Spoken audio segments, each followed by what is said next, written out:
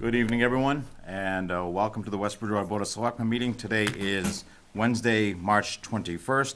If everyone please make certain that their cell phones are on silent or turned completely off, that'd be greatly appreciated. And if you would please stand, we'll call the meeting to order. If you would please stand and join me for the Pledge of Allegiance. I pledge of allegiance to the flag of the United States of America and to the republic for which it stands, one nation, under God, indivisible, with liberty and justice for all. As I've done for the last few meetings, I'd like to introduce the candidates that are with us tonight. In the audience, they are here for selectman race. In the last two meetings, I've went in alphabetical order and reverse alphabetical order, so today I will go for the first to arrive, Denise Reyes. Welcome, Denise. Mr. Conley, welcome. Ms. Lancaster, welcome. And Jim Holden. These are our four candidates running for selectmen, and it's great to have you all here at tonight's meeting. We will start our agenda. Mr. Gagné. Sure. So thank you, Mr. Chairman. So first on your agenda is a site plan review. It'll go before the planning board. This company, which is a pretty large international company, is looking to add a satellite dish behind the building that Mr. Azak owns on North Main Street. I've reviewed it along with the building commissioner and also met with them for a short period of time as well. They're going to be in the water resource protection zone, so require a special permit before the planning board. Other than that, there's really no other issues and objections.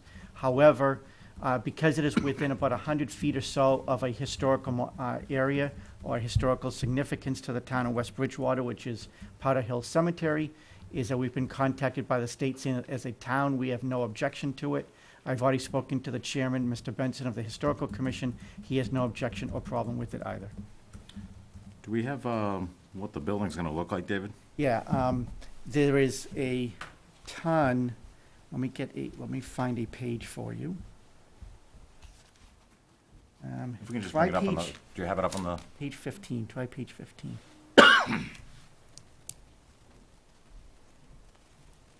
So you will see that on the top left-hand side, that's exactly what the satellite dish will be. All told, it'll be somewhere around 22 feet in the air. That disc is about 16 feet in diameter. And as I said, it will be behind the existing building. And then, let me if I find it. There will be a generator that will be behind it as well. Let me see if I can find a page for you so you can see what that looks like. Page 27.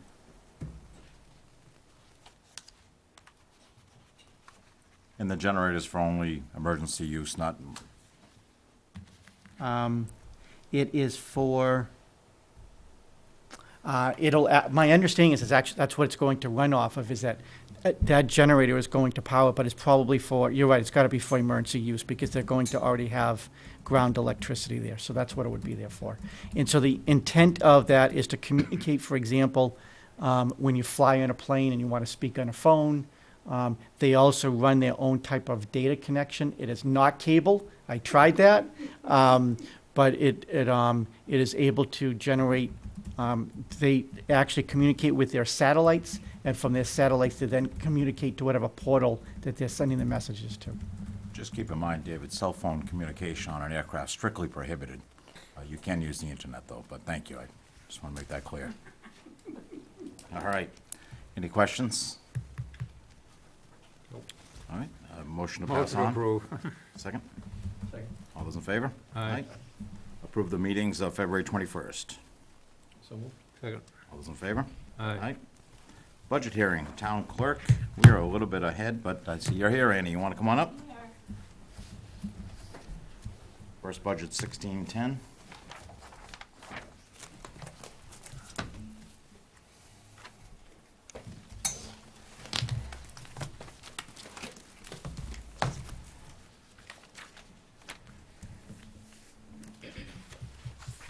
Do you want me just to explain it, or how do you want to proceed? What we've asked everyone to do is go over only line items that have major increases. Obviously, if they're contractual, just let us know they're contractual.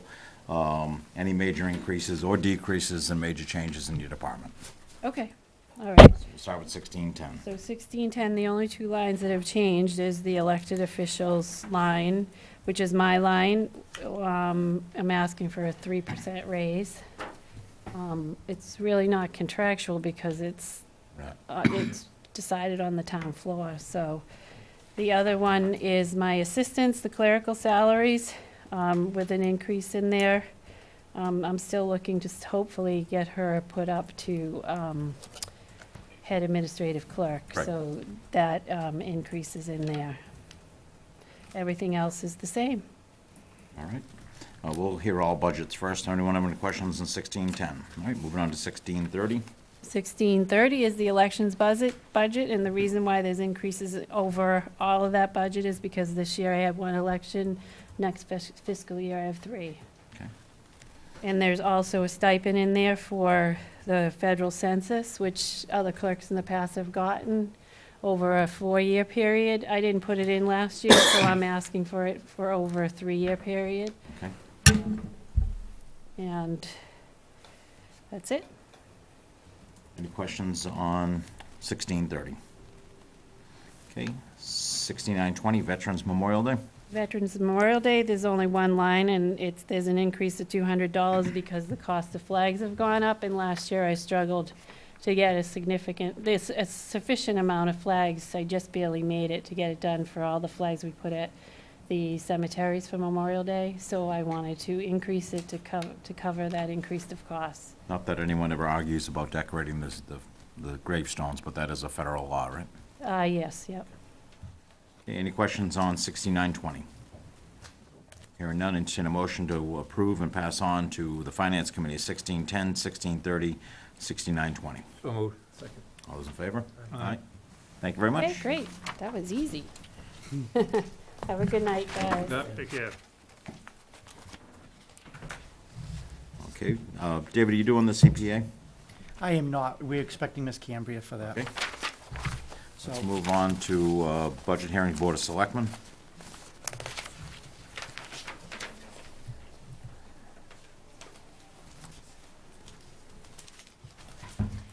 so Board of Selectmen budget, we have combined the Board of Selectmen budget and the Town Administrator's budget this year to be consistent with all other budgets. However, in full transparency, on page 127 is the Board of Selectmen budget, and then on page 128 and 129 are both respective budgets as if they were individualized. So you will see under the Board of Selectmen budget, besides the contractual, you'll see my increase, and you will also see that with Mallory leaving and Tracy being promoted, our new hire, that we actually brought those two in at a lower rate, so there's a savings from there. Vehicle repairs, we added $2,000 to it because the board has taken the position that we should have a vehicle for our town inspectors, so I've added $2,000. Last year, there was a discussion about bringing in a software company that would look at our numbers and be able to provide them through the website. That was originally supposed to be around $4,000, but then when we went to sign, they tried to up it and double it, so we never paid it. We saved the money, so I'm taking that money out of the budget. Postage is up this year only because, as you know, the stamp prices went up. And the last big one is dues and meetings and strategic planning. Dues and meetings is up $500 because I believe with a new selectman that person is probably going to want to do some additional training and go to some classes. So I want to make sure that we budget it so that way they would have that opportunity. And under strategic planning, I added $2,000 because the board has decided that we want to make sure we have an annual appreciation retirement event, and we want to make sure we had money in the budget to fund that as well. All told, the budget is down almost $2,300. Any questions on 1220? Okay, 1310, please. Finance Committee? Excuse me. Can you change the resolution to landscape? Because I can't read it. I don't think we can. I mean, we can make it bigger. It's the projector, not the computer. I didn't know if you could change it on there to landscape, so it would be, no? It's a static document. Okay. Next one is Finance Committee, so. 1310. So on 1310, it is level funded year over year at $3,100. However, I'll be meeting with the Finance Committee tomorrow night, and I'm going to have a discussion with them. A lot of times we do all this paper, and I think that it might make sense for them to use tablets instead of all these documents. Hopefully, in the long run, it saves us money and expense, but I've level funded them at $3,100. They'll be reviewing the budget as well tomorrow night.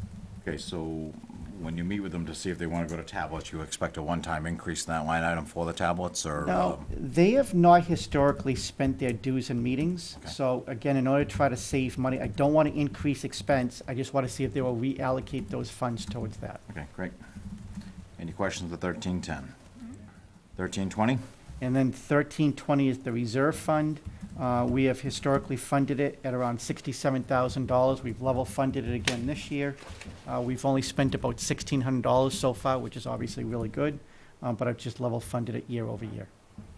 Okay, any questions on 1320? 8200? So this here is, 8,200 is actually not a budget. It is actually what our state aid is going to be, along with the charges or assessments. So you will see on this page here that all we have is the governor's proposal. So the governor's proposal is a little bit down year over year. It is chiefly because our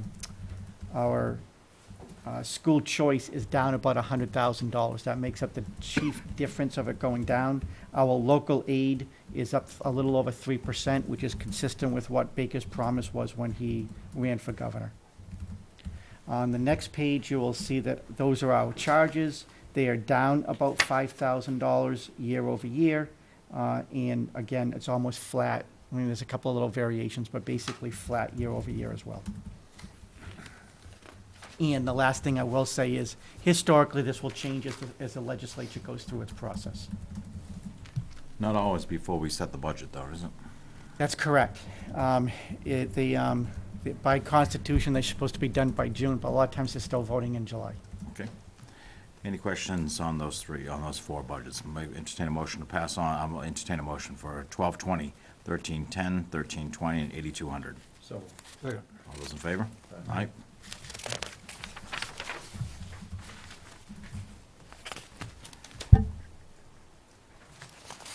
Mike White, I see you're in the room. Come on up forward if you like. How you doing tonight? Mike, welcome. In the spirit of time and hopes to get everybody out of here in a timely manner to make it home before the snow gets too bad, and as we typically do, all we're asking you to go over is major increases and decreases and major changes, if any, to your department. We'll start off with 2410. We'll go through each budget, ask questions, and then take a vote at the end to ratify those budgets. So the first one is 2410. All right, that's the building department budget. Currently, line 5111, appointed official, which is myself, has an increase, which is a contractual increase of $2,689. Line item 5112 is clerical salary. That's another contractual increase of a cost of $1,531. That same line, we were looking to add a 16-hour-a-week another clerk to the office, which would be about $19,877 to fund that position. And I think that's the gist of the changes in that department. If you were to get that, how would you staff it? Would it be the same hours every week, or what would the staffing time be? We would probably try to. That would benefit the current staff to know if it's the same days that that person would be there, to make it easier instead of some kind of floater position would make it more difficult for us operationally. So it would make sure it would make sure that there's coverage for all vacations and all that, and the office isn't closed.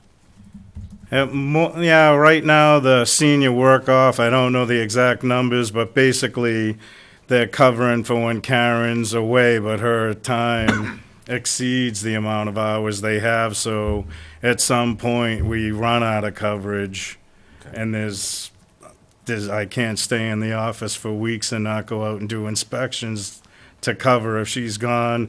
But it's not only for that, that's filling a void to have somebody at the window to be able to answer the phone. We're just busy with paperwork that we truly need the additional help. Like right now, plumbing and electrical permits are pulled downstairs and to me, that makes no sense. Yeah. Will that be brought back up into your office? I'm To me, hoping it's- as part of, I don't know what will happen with the ultimate floor plan when we renovate. I had put the cubicles in to bring them up and take over our department, run it, because it is crazy right now. I'm not sure if there's any other community in the Commonwealth that's it's never made running, sense. running it like that. But it makes it difficult for us. We're constantly calling down and the customers are confused. They're up at our thing. You gotta go down, you gotta come up.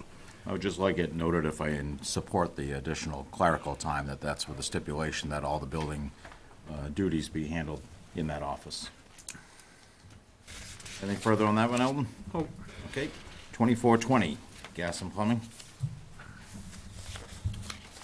Now, these two, actually, last year I had done, when I started in September, I had looked at the budget book for the last fiscal year to get myself familiarized with the line items for the department and noticed the stipend for the electrical inspector and plumbing and gas, and just thought it was low, but I didn't actually know what kind of time that they put in or anything else. So I think when I had asked those David and John to start tracking, but I only had the 3 or 4 months worth of data to present to last year's budget and just extrapolated that information out, but I don't know how accurate it was. So this year I had them from January 2017, January all the way through, track every move they made, their mileage, how many inspections, everything they did, and had the hard figures. And I had done like a 7-town assessment. It was actually difficult to find local communities that had the inspectors on a stipend and then just reimbursed them for their phone and mileage. So I found the communities which are attached in the packet and ran all the numbers, everything's broken down, and came up with these changes just to be average with those other 7 communities that we did the comparison with. So on that inspector of gas and plumbing budget 2420, line item 5111, the appointed official, I had increased $8,031, and that was based on that salary comparison to be average with those other 7 communities. David, have you received this before today's meeting? Okay. I know quite often, when departments come in, they like to compare themselves to our surrounding communities, but the Department of Revenue also sets like communities that we're most like all around. Yeah. So I just want to make sure the office has an opportunity to look through those and make sure we're right in line. Then line 5116 was the intermittent calls, which was based on actual call-outs. Actually, John doesn't have the line, which I don't know why, but David does in the budget. He has a 5116 intermittent calls for $200, but they actually were out for like $1,800 worth, so David could only get paid the $200. And we bill for those events, but it goes to the general fund with no way other than me requesting it at the budget to increase it. Which, when I was in Bridgewater, that was its own separate revolving account just for the electrical and plumbing and gas. So when the event got billed for an after-hour emergency, it went into that account, and then we could pay whatever the event was to them out of that account off that line item, instead of this way. We just each year have to track what's going on and then readjust up or down that line item to the actual after-hour calls. Any questions on gas or plumbing?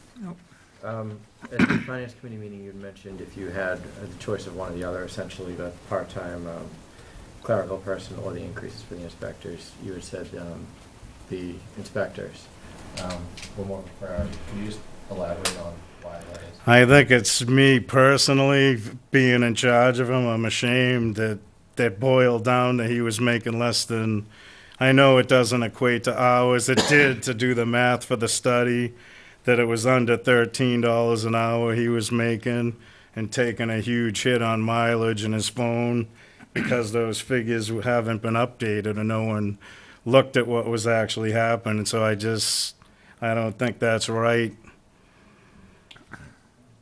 It's not always the time, but I'll tell you, I think, from the feedback from the residents, both the inspectors do a spectacular They job do, for the that- residents. And I've never heard anybody saying they're waiting for anybody, and I can say during the construction of the school, Yep.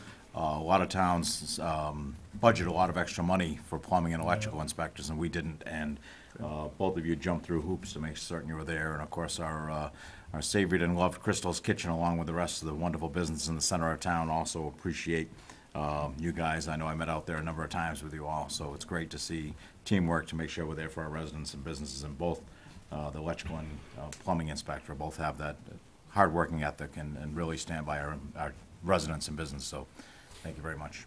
I think the other big thing that's overlooked or not realized is that David and John, along with me, when there's fires, or David especially, power outages, he worked the whole 3 day, the last big storm, and no one could get their power if the service was torn off your house. Without him getting the electrician, him inspecting it, there's no way that house is getting reconnected. So he's out there probably just as much as the fire department, if not more, trying to get people back online. Excellent. Well, thanks again. All right. Any more on electrical inspector? No, basically those two, the plumbing and gas and electrical spelled out, and then I got the documentation to back it up attached to it. Okay.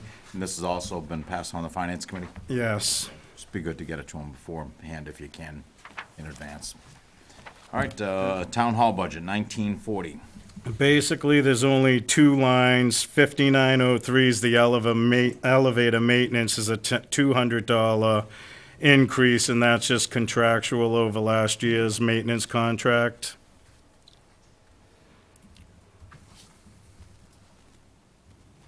And then line 5904 is the sprinkler and fire alarm maintenance for the building, was a $350, those two combined, an increase over last year's figures. Do you have anything coming up major in the town hall that we have to put on for future here? Nothing, heater the and- roof was the biggest thing recently Oh, we to got get that. that done.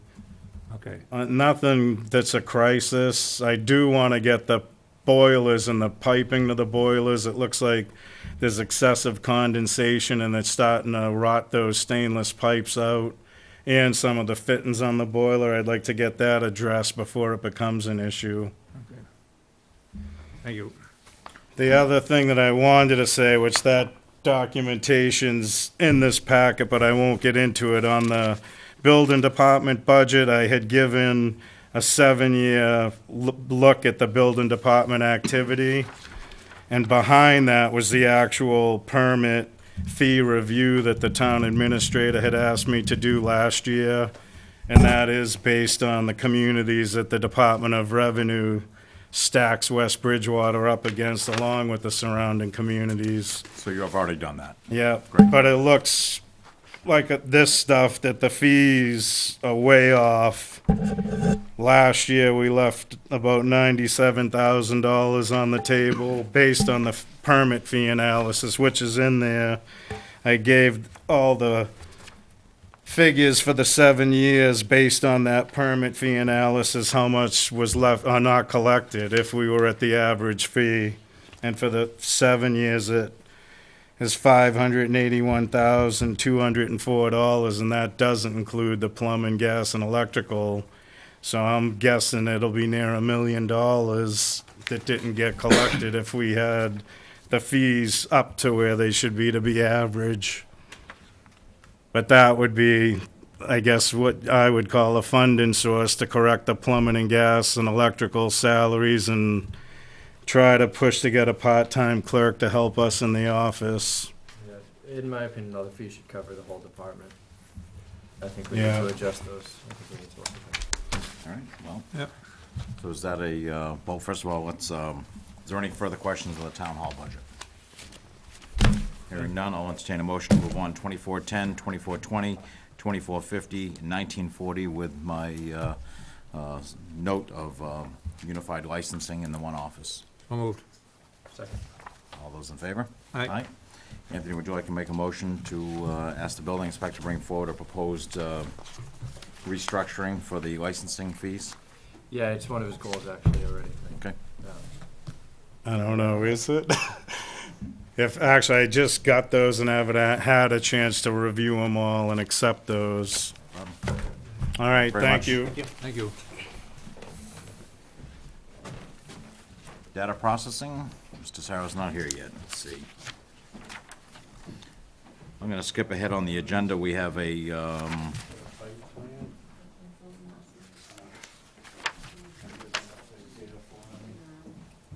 if you don't mind, we'll go down to, other business. L, we have the applicants from New England Novelty are here, and, David, I'll turn it over to you. Do you want to speak to this? Sure. So Mr. Lambert and his wife are here to talk about the application they submitted. It's for, they do it annually, flower sales up in the plaza in the center. They have met the requirements of the updated transient vendor policy. If you're inclined to approve the request, I would just ask that it be pending signature of the police chief on the application. We haven't got that yet. So moved. Second. You'd be surprised, I'm gonna say yes. All those in favor? Aye. Thank you. Thank you. Can I return some of the fidget spinners now? For the dollar value, because I got a drawer full of them. I got a warehouse full of them. Very good, well, thank you. Thank you. All right, Mr. Sarro, how are you today? I am You're welcome to leave, you don't have to hang out for our meeting. Oh, wait a minute, They're for everyone. yeah. want to do it. Fidget spinner cookies? Yeah, exactly, that's what those are. I can't what they say it. Special. How we doing? Sarro, 1550, data processing.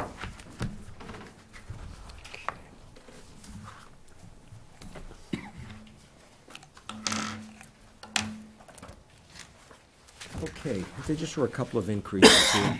Data processing coordinator, I've always put in for a 3% increase. That's been pretty consistent. Office repairs and equipment has stayed the same. GIS engineering is the same. Data processing consultants, let's see, has gone up slightly, and that's based on, no, wait a minute, I'm sorry, that went down a little bit.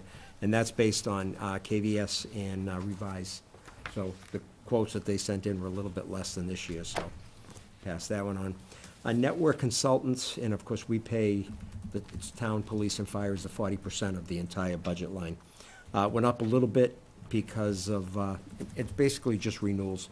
The biggest ticket item in that budget line is Hub Tech, and they kept their price the same as last year, so. And I provided a list of all the renewals and so forth that have come in. Internet connection went up just slightly too, and that's because Comcast went up. We increased the bandwidth for Comcast over to the water department to give them better speed, because that's the only way they can connect. They can't connect by fiber optic, so they've got to go through a VPN. So I increased the pipeline on that, and they've had better results over there. Network equipment has stayed the same. Computer supplies the same, and also computer equipment, that line has all stayed the same. How do you determine the department allocation? There's, we take, of the 100%, the school department does 55. The town, police, and fire is 40, and water is 5. But that, we determined that, we sat down, all of us, and had a meeting, and just kind of hashed it out one day, and it's worked. Okay. So there's 3 lines that we share: internet, consultants, and network equipment. I know over the last few years, we've spent quite a bit of money. Is there anything big coming down the line? I don't think so. I don't see anything big. Knock on We, wood. a lot of the money we spent was with the new high school, and a lot of that was actually, we made out because it was part of the building project. Okay. So we haven't had to, but I'm not gonna let it go either. If things are getting close, or we're low on storage or something like that, I wanna stay with it. In the past, we talked about backup storage in a secured, fire-safe area. Have we No, included with that? no. That's gonna be some money. The cloud is still not the area where we want it. It needs to be in a It physical would be a location. good place, it's just, it's gonna be bucks, Yeah. you know, to do that. So, So right now, as far as the department's concerned and the technology, we're in good condition other than that one issue. we are. And as far as backups go, we back up to 2 locations. We back up at the high school, we also back up at public safety. and Okay, so police all the department. data from all, All the data right. is in there. We've got a list of the servers, the critical servers that we need to back up. We don't back up print servers and things like that. File servers, application servers, KDS, all that stuff is backed up nightly.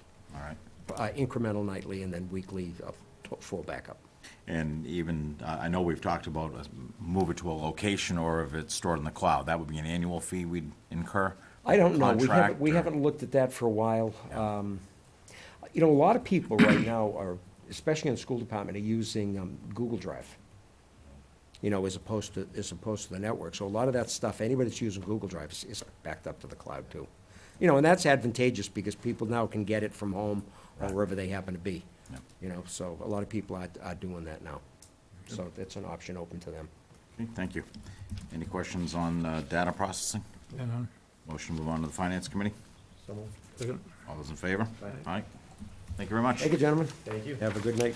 You too. All right, David, let's move on to D. Race Amity Day. We want to talk about that one as well. Race Amity Day. Oh, sure. So last year, for the first time, the governor declared, I think it's the second Sunday in June, to be Race Amity Day annually.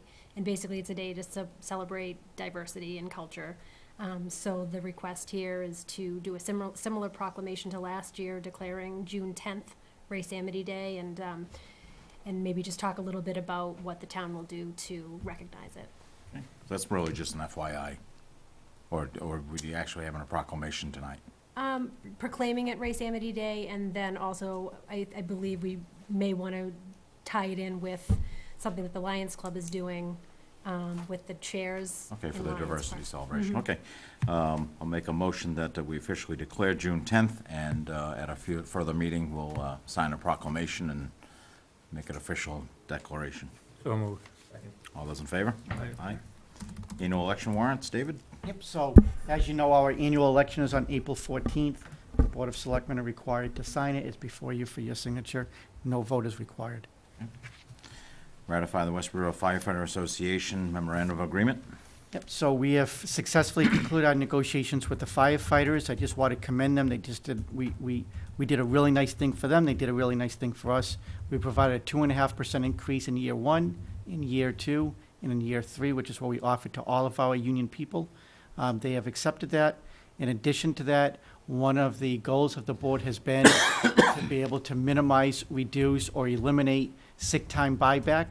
And so what we have been able to do through this contract is that new hires effective July 1, 2017 will not receive sick time buyback anymore. That means we have now 2 unions, both the police department and the fire department, that we have successfully negotiated out of the contracts. In return, what we had to do is that we currently had a 5-mile radius restriction, and they were looking for longer, but we settled on 20 miles. So at this point, a firefighter can live within 20 miles of work, can work here, and in return, there will be no sick time buyback for new hires going forward. And all hiring's at the discretion of the chief anyway, so if you felt someone didn't live, at least at the time of hiring, didn't live within a reasonable radius. That is correct. So I would just ask you to take a vote to ratify as presented, and then you can sign it at your leisure. So moved. Second, All those in favor? Aye. aye, Release the executive session minutes of January 10th and January 24th. so moved. Second. All those in favor? Aye. Discussion Department of Conservation, Preservation, Recreation. I asked this to be on the agenda. It's been a number of years since we were able to reunite our Open Space and Conservation Commission. We created an organization of organizations to make sure they're all working well together. For a number of years, they were not. And this is just a little reminder, notice to those departments involved, Parks, Conservation, Open Space, of the selectmen's support for their departments, and their continued work together. So I would like a vote to forward that. So moved. Second. All those in favor? Aye. Board of Selectmen Annual Report.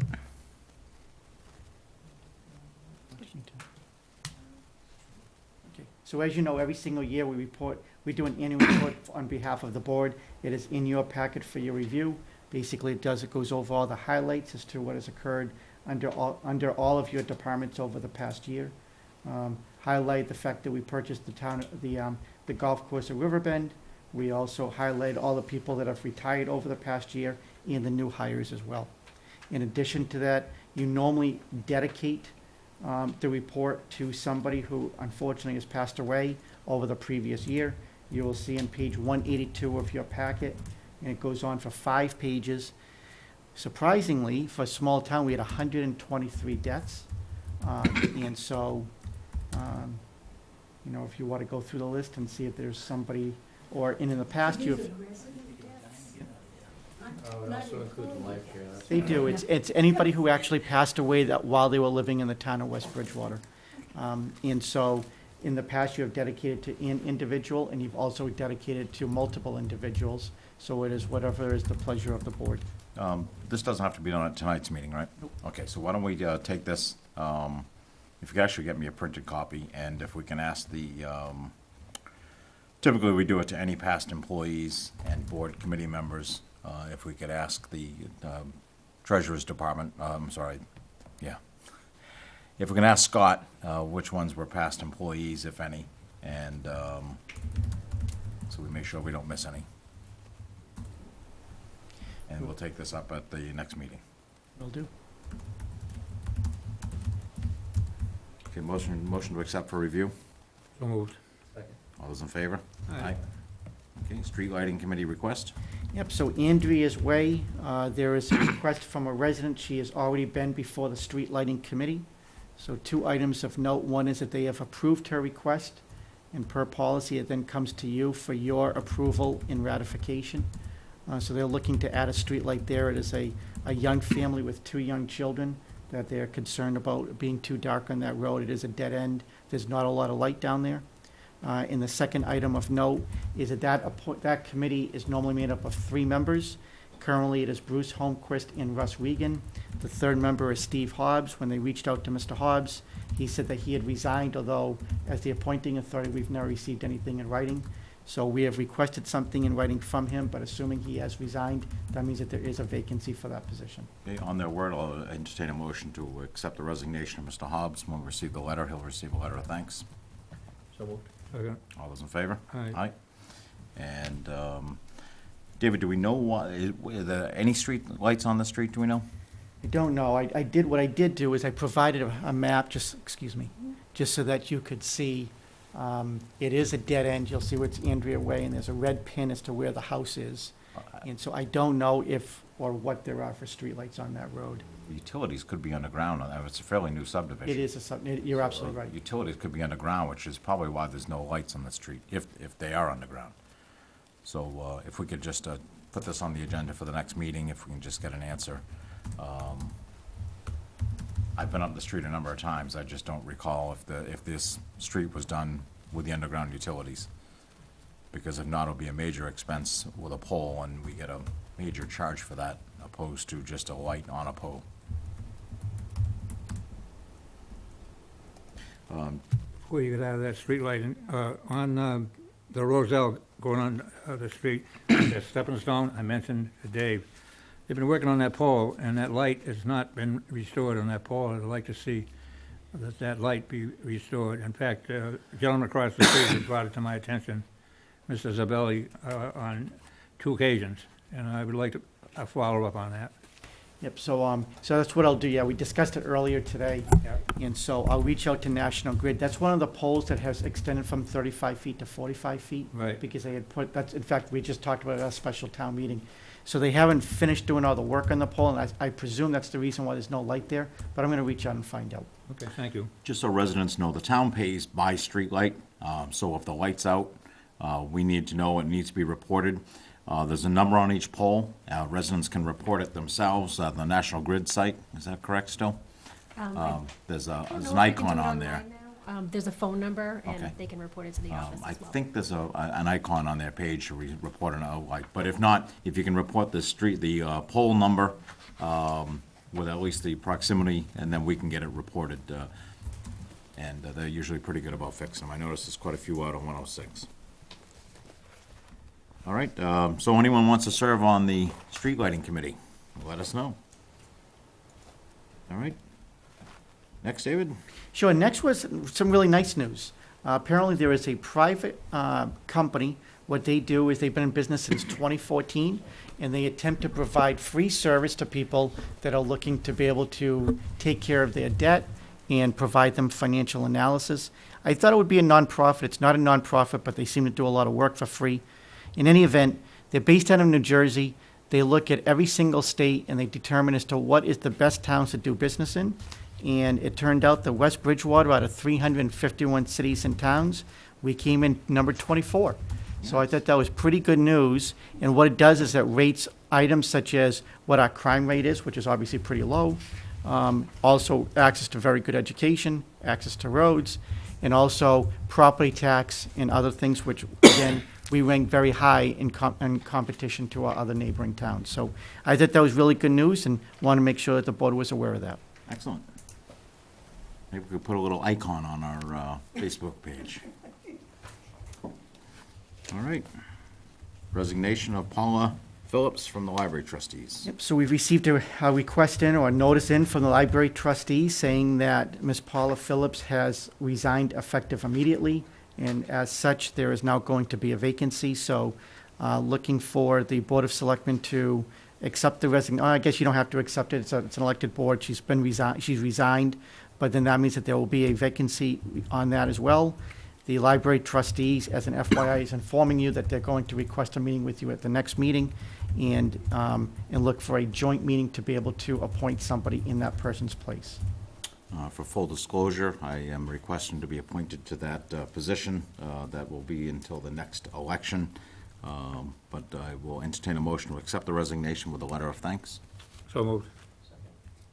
All those in favor? Aye. Next item is library request for a joint meeting. Yep, so they'll be on the agenda for next meeting. American Legion fundraiser request. Yep, so from the town of Bridgewater is the American Legion. They do this on an annual basis. They are at they will be requesting to be at Market Basket on April 27th and 28th. They've already received the permission from Market Basket, but as an FYI, they always contact the Board of Selectmen, and they always just request your permission, your approval. So I'm just looking for a vote for that. Motion to approve, and hopes our residents will donate generously. So moved. All those in favor? Aye. P is going to be with the police chief. He is not here yet. That's correct. Let's move on to the town administrator's report. So per policy, if there is a request for someone to be able to use town grounds, the office signs off on it, so I signed off on it last week. This was for one of the persons that is running for selectmen to be able to use the transfer station to be able to hand out information. He did that this past weekend on March 17th, and per the policy, I am informing the board. Next one is that we briefly discussed this at our last meeting, is that there is a nationwide opiate lawsuit that apparently is going to happen. I spent considerable amount of time talking to an attorney that I know from KP Law that is going to be the lead counsel in Massachusetts as our liaison. I've also forwarded all the information to Attorney Gay, who is our town council. Bottom line is that at this point, there are 65 towns in the cities or towns in the state of Massachusetts that have joined it. The city of Greenfield, Massachusetts is the one that originated the lawsuit. It is being consolidated in federal court in Ohio because this will become obviously a nationwide suit. The judge that is reviewing this suit seems to really be pushing hard for a settlement. And I'm not exaggerating, there's hundreds and hundreds of pages on this to read. And as I read it all, it becomes more and more apparent that there is a direct link from the overuse of painkillers and the linkage to the opiate epidemic. And also, it seems, or it's alleged, that the manufacturers were aware of some of the negative ramifications. And as a result, this lawsuit is going to go forward. We have an opportunity to join it at no cost. We seem silly not to join it if it's not going to cost us anything. It is being right now, if you will, marketed on par as to what happened with the tobacco lawsuit that happened on a nationwide event. Massachusetts received about a $1 billion worth of settlement through that. This is actually larger, and obviously we would receive some apportionment of that. There is a cap. Normally, attorney's fees are at 33% of recovery. The cap on this is 25%, and because they are going to front all of the expense, because it's going to be considerable expense in order to be able to do their due diligence, there is a cap of 25% on all other items related to recovery. However, based on the information that is provided, it most likely is going to have a recovery of close to 70% to the towns as they sign on. So whatever that number is, and it's going to be a big number, each city and town may recover somewhere between 70, but not less than 50% of that full recovery. So at this point, I'm going to ask the board for 2 votes. One is that if you're inclined to join the lawsuit, is to take a vote to join the town of West Bridgewater. And the second is that there is 2 contracts in front of you to sign. There are 2 contracts in front of you. One is for the Board of Selectmen to sign, or 2 is for myself to sign. If you want to sign it, and about half the towns have had the board itself sign, then sign it. Just be aware that this is a 5 to 6 year outlook. So whenever other items come in, you could have to call a board meeting and you could have to sign as a board.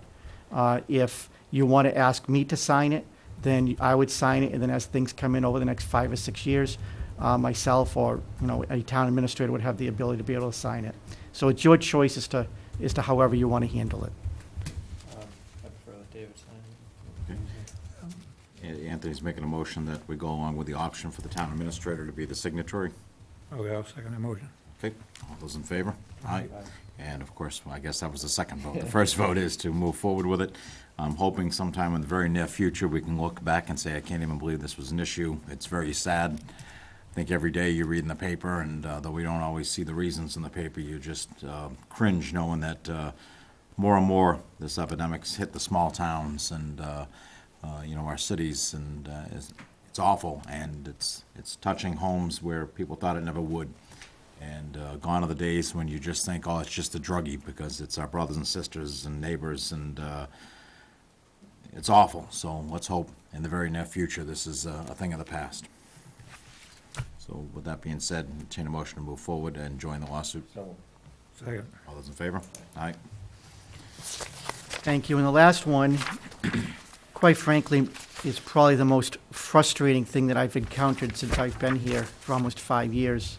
I received in late January, early February, correspondence from a law firm that represents a company that owns property in Cumberland, Rhode Island. Apparently, this is what they refer to as a Superfund site. It is somewhere that, it is a place that hazardous materials has been dumped in the past, but legally. And from 1979 to 1981, we had 252 trips, allegedly, from the town of West Bridgewater to that site. Now, we weren't doing anything wrong. It would have been disposing of items such as paint or asbestos or lead paint. We had contracts with our vendors. The vendors brought the materials there. However, based under federal legislation, is if at a later date that turns out to be a substance that is hazardous materials that needs to be cleaned up, the person who owns the site has the ability to be able to claw back and be able to seek remediation charges. So we're not going to discuss our strategy because we're going to go into executive session, and I will inform you after speaking to legal counsel as to what we will do going forward. But right now what they're looking for is that they are told from the EPA that their recovery expenses are going to be around $42.3 million, and that they have a right through a court order to be able to proportion that out to all of the people who have used the site. Apparently, we brought about 5,400 cubic yards to the site, which quite frankly is not a lot. And based on the fact that they're upfront, they're telling us that if we settle at $42,000, that they will dismiss us from the lawsuit. So obviously, we have to do some due diligence on our part. We have received in the information, now we have to go through it and verify what they're telling us, which is going to be laborious, but we will do it. And again, we will go into executive session at the end to discuss our strategy going forward. But I want to inform the board that unfortunately, this is something we're going to have to handle and deal with. So there's no vote required, correct? Not at this point, no. Okay, communications reports from boards, commissions, and town officials. We have none. Correspondence from the public to determine a course of action. Anything? Eldon, today is the 69th anniversary of the burning of the that's why I Howard was there. Seminary, and one of us was there, and And I got a call on that this morning, too. I've seen some pictures of you standing on the lawn watching the building burn. So we have a little bit of time, if you'd like to reflect a little bit. Probably the most substantial, outstanding, Gothic-looking building the town's ever seen, and you were there. Well, the only thing I can say, I was up in the typing class there, up on the second floor there, and of course, the fire was above me there, and we get out, we were lucky to get out of there because, any clothes we had and everything else, we just got out. And of course, when we get out, and of course, in those days, it was before we really got into water issues with our water department, and since then, there's a picture out there of, it's equivalent of a garden hose there, because we had no pressure at all, so we couldn't put the fire out anyhow, even with that. So it was a big loss, and we ended up going to Bridgewater for 2 years before we started to move in a direction that we could have classes in West Bridgewater again. I understand you went at school at night? Right? You went to school at night after Bridgewater closed, or?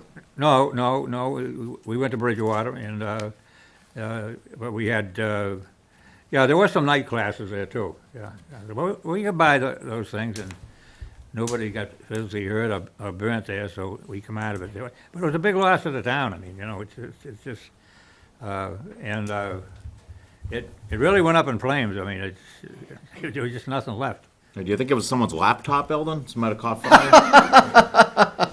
No, the only indication I get saying that, there was activity up in what do you call it, into the attic there, because, you know how people like to smoke and things like that, and that's where it got started, they say, it was up in the attic, because when I looked out, I could see the flames coming out of the floor above there, so it had to start up in that vicinity, but nobody really found out, how it gets started or anything else. It just burnt.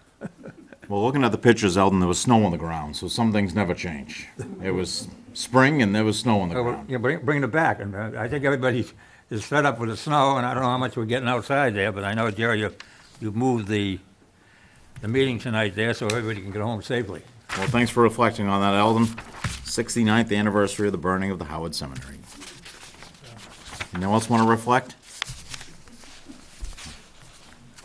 All right, moving on. I see the school committee's here and our superintendent. Do you guys want to go? We had you originally scheduled a little bit later, but we are ahead in our meeting. If you're ready, we're ready. All right, come on up.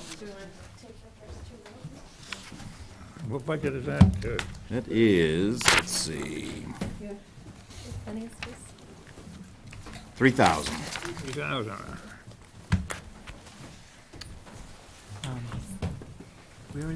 Good evening, Chairman. Evening, welcome. Thank you. I'm Molly Smith, Chairman of the West Bridgewater School Committee. I have my school committee members with me also, our superintendent, Dr. Oakley, and our business manager, Mrs. Sarah Smith. Hello, Molly, how are you? I'm great. How are you? Very good. Hi. How you doing? Good. All right, what we're asking everybody to do is go over major increases, decreases, or major changes to your department, just to bring that to our attention, and let us know any major changes. Okay, so our major changes are noted on the green sheet. Before we do that, we were asked to do spreadsheet with our contractual increases. We got a template. Tracy actually put it with the budget. Oh, you have it? I have a note. It's after the big packet, it's the very last thing in the Okay. tab section. Thank you. If you have any extras, some people in the audience, potential select people, I'm sure they'd like to be able to see that.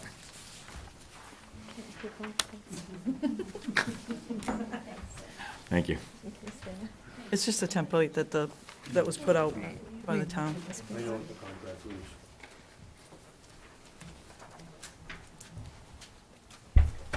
Did you want me to speak on this? or go No, back? that, Oh, okay. it was just All right, something so they we- had asked for, so, and I know specifically the selectmen asked for it. I mean, so that's why we did it. Yeah, and it is noteworthy because our contractual obligations were a total of $964,121 of an increase. So that, we'll just keep that on the side as we go on and talk about our current budget. So our total budget for the fiscal 2019 is $14,907,899. We're asking the town for 12 million, thank you. I went back to 1969, or 69 years ago. I reflected for a moment. Sorry, excuse me. What we're requesting this year is $12,648,064. This is a total budget increase of $594,659. We will be using contributions from the school of $2,284,835. So this shows, and the next line down after the line that goes across, our operating increase is $375,879. We took out the number of the $218,780, which represents 1.8% of our increase for contractual retirements that we kind of felt that needed to be highlighted because we have 9 retiring staff this year, and that is definitely an increase from previous years and more than we typically have. So we do have a handy graph if you want to take a look at that, just so you you can see why. Thank you, Dr. Keeley. Why we always have retirements. However, if you can see by the graph, in fiscal 19, we have an increased amount, over double than what we had the prior year. So we've had some, I would say, challenges this year in our budget and keeping it low, and that's one of them. So what's included in the 200,000 sick time buyback? Anything else? Sick leave, it's basically what they get is 25% of a maximum of 45 days. So if a person has full sick days, they get 45 days that they buy back. So it's, like I said, it's 25% in the contract, Correct. right? Yep, and there's also the enhanced longevity for some teachers that have been here for more than 20 years. Yep. And for administration, any vacation time that's left over, they also get that. Is the longevity the same as the town bylaw? No, we have our own. I don't even know what the bylaw is. So you can see that it's an anomaly year. We don't usually have this many. And if you look at the color-coded one, obviously IAs, Instructional assistants. instructional assistants get paid less. They have different benefits, and they don't. So if you had a lot of them, they don't cost as much, obviously, in retirement. Teachers are more, and administrators would be more. But that's why the second graph, which shows the cost, you know, one thing is to look at the numbers, but then you look at the cost. This is just higher because of, you see how big that red band is. It's a lot of teachers, plus there's administration. So it's a one-time payment that contractually we have to do, but it's not common that we have this many. Have they all already filed through the retirement board? Yes. So they're required to file by January?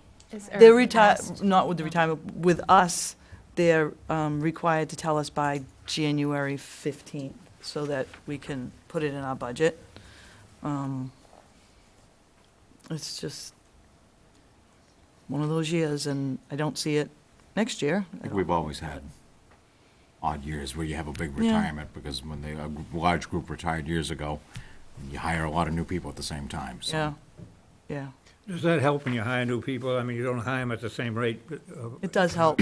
It doesn't, you don't really see the help this year because you have to pay out the retirement benefits, but the next year we will. So if they're, step 10 and they've got a, master's plus whatever, and you hire a step 1 or a step 2 at a master's, that will save us.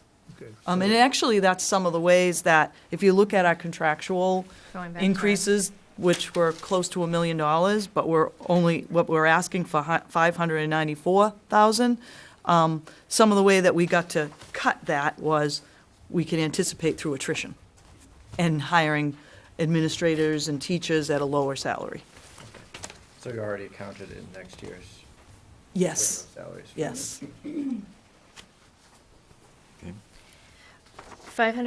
$598,009 are for staff step and track changes as per contractual agreements. And we have $23,400 with the increase in our transportation contract, and $11,378 increase of service contracts. How does that go? Does that go out to bid every year, The transportation, transportation? it's every 3 years, Every but 3 years. sometimes we have like a 2-year extension that we can extend. You've only gotten one bid though, right? We only ever Being get one small bid. and only having a few buses, it's very hard to get other bids. And we did a lot of work the last time. We actually brought in a consultant to help us put together just a better bid process and do all that stuff for us. And still, we got one bid. And if you see anything about how the transportation works with buses, it now is that, maybe First Student is over here, and Bloom is here, and Lucini's is here, and Lucini's, for a lot of years, we were Lucini's for a while, and now they've got, East Bridgewater and Bridgewater Rainham, and Easton, and Cardinal Spellman stuff, so they get, and it's hard when you're small, although I've heard from towns that are larger, they don't get many either. So there's not that many vendors out there. Does Southeastern Regional still operate their own buses? They did. This is the first year that they don't, right? Was it the first? That's what I This thought I was the saw. first year they Lucini's stopped. operating a Yes. Southeast Regional bus, so, Yep. because people always say, we ought to buy our own buses, and I know in the past we have, and then privatizing it saves us a lot of money, and people say, why don't you bring the buses in-house? I think it's the last thing we want to do. But it's always out there, and there's just a Southeastern lot doing more it that goes on. speaks a lot, because they have the ability of repairing their own bus and everything, where we Yep. wouldn't, but, And they, this is the first year that they don't anymore. okay, great. Thank you. And then the fifth thing that we have on there is $25,000 to add a .3 of a school resource officer. I know this came up in last year's budget. We didn't follow through with it. The first year was presented. I personally, I think our school is very, very well covered by our police department, but I will say I 100% support the resource officer as becoming part of your full-time staff in your building. I differed last year in opinion. I do think we do great coverage. I know you have a great relationship with the police department. I know they're in your Excellent. buildings. Yeah, excellent. It's funny, because when you see a police car out front, people panic, why are the police at the school? Not anymore. Not anymore, Not because anymore. they're They just did. there You're every right. day, all the time. When we started that, they did. But a few years back, I remember the panics, why they, and so it's great to see the interaction, but I think more of a steady attendance or presence in the building would be wonderful, and you just pray every day that our school's not the next one, and I know we've been very fortunate in this region where the major disasters haven't happened yet, and let's just pray it continues that way, and if we can take a preventive step, because I don't know how I can sit here and vote no, because if anything ever happened tomorrow, and I voted no, I'd say, well, I didn't take that extra step that may have saved some lives, so, that being said, I don't want to interrupt your presentation. I just am 100% behind it, and I think it's the direction we need to go. I have a couple questions on that. Do you have a description of what the SRO would be doing? We do have a presentation that was made in 2015 that, to this Board of Selectmen, and it did, And the Safe Talk Schools about- Committee has that. Safe Schools Committee would have a description. And it very much, and you can talk to Chief Flaherty about this, but very much. Just walked in, he's here now. There he is. He's very adamant, and I agree with him, that this person is a police officer. They're not, they may teach some things, go in and do guest speaking, stuff like that, but it is a police officer role. They are in charge of the safety of the buildings, you know, and it's not, it's everything to do with safety. Making sure that doors aren't, you know, left cropped open, things like that, making sure everything works the way it's supposed to work, but also helping with training, with Alice training, and all those types of things, but very much a police officer. and they would report to the chief Like of go to police roll call and directly. all that stuff. So, I am not necessarily against it, but my biggest concern is the funding. So, I don't like how it's split up 3 different ways. I don't like that the chief is gonna have to take away from his training. I don't think that we can reduce training for the current police officers in order to do this. I think we need to figure out how to do it in a different way. I mean, I think that this 4.9% is pretty substantial. I think the town's been very generous to the schools. The taxpayers have supported the schools substantially. I know, I'm pretty sure David has talked to, I don't know who, maybe superintendent, about doing it as a warrant article instead, because I really can't justify reducing the police department's training for this. I don't think we would be opposed to that. We didn't have I mean, this is what we voted on because it was the best that we came up with as far as the school resource officer goes.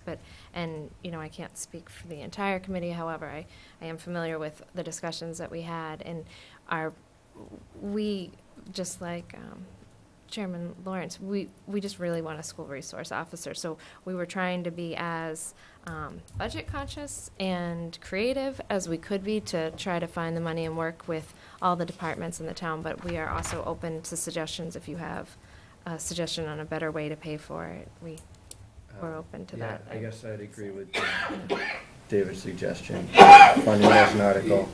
The town floor will decide whether or not they want to pay for it. And then we'll go from there. The years forward, we could either then put it into the police department's budget and just fund it annually, or keep funding it as an article. Yeah, I think, yeah, there's. Basically, I'll be heard for, because I'm in favor of this. I know since we talked last time, I mean, we've covered it, and the police done a great job, but everywhere and every night in the papers, in fact, some people tell me to read the paper backwards now, because from the front, it's all bad. And you know, we're in difficult times. And maybe we can work something out and try to figure it. And funding is always a great thing with us, and I don't know if you were here when you heard Dave there, something we have to discuss later on. You know, people are out there, they're suing us and everything, we don't know. As far as the funding goes, you know, we sit with the stabilization, we think we're on fire, we're doing good. But are we? And then another thing is, we have that explosive thing up there on West Chestnut Street, that subdivision, 800 possibly houses in there, and you know, you're not gonna be able to do that. If they put 800 apartments or houses up in that area, that means more school teachers, and more of everything. So, you know, we can see these things down the road here now that, you know, you gotta, when you decide things here, we gotta look at the future here too, because and that thing is in court. And in fact, the last time the mayor, before the Capital Building, I asked him, and he said, "Oh, I'm definitely against that, you know, but it's in the courts, so we don't know how that's going to come out." And but like I said, I'm willing to work with the school and the board, and we'll come up with some kind of an answer here. And I think we all agree that it's necessary. We need it. Mm-hmm. Yeah. And then we'll figure it out. And like we worked everything else before, we work together. Absolutely. Could you also send us that presentation or description? Yes. Sure. I'll have Mr. Bardwell do that. Police chief's here. Chief, do you want to speak on that at all?